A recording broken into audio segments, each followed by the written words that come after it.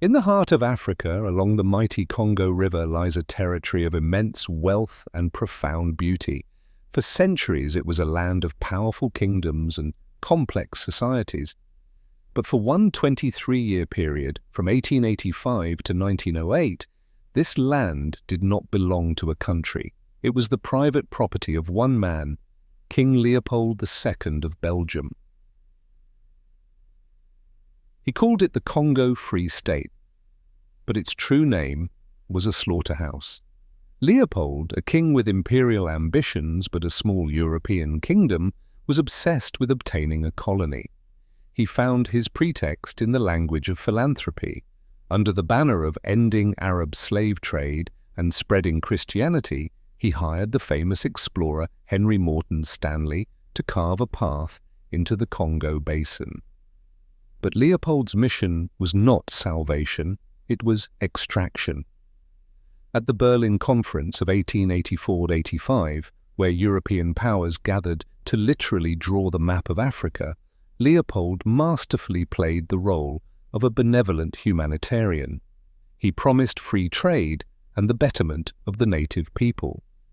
The world powers, fooled by his rhetoric and eager to avoid conflict with each other, handed him the keys to a territory 76 times the size of Belgium.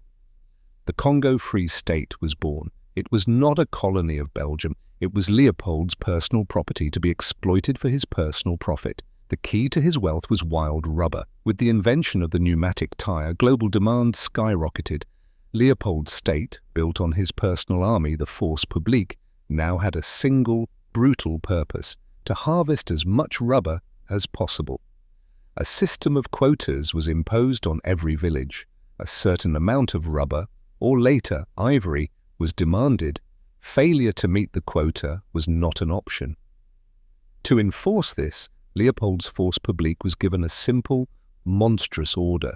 To prove they were not wasting bullets on hunting, soldiers had to present a severed right hand for every bullet fired. This order, spoken or unspoken, unleashed a hell on earth. Soldiers would raid villages, take women and children hostage, to force the men into the forest to tap rubber and murder those who resisted.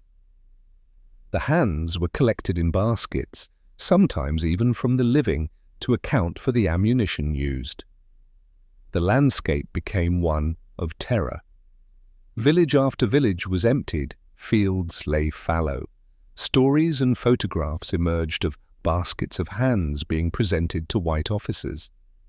The practice became so endemic that some villages, required to provide hands as a tax, resorted to raiding neighboring villages, creating a self-perpetuating cycle of violence and mutilation. The punishments for failing to meet the rubber quota were unimaginable. The chicotte, a whip of raw, sun-dried hippopotamus hide, was used to flog victims, often to death. People were crucified, burned alive, or used for target practice.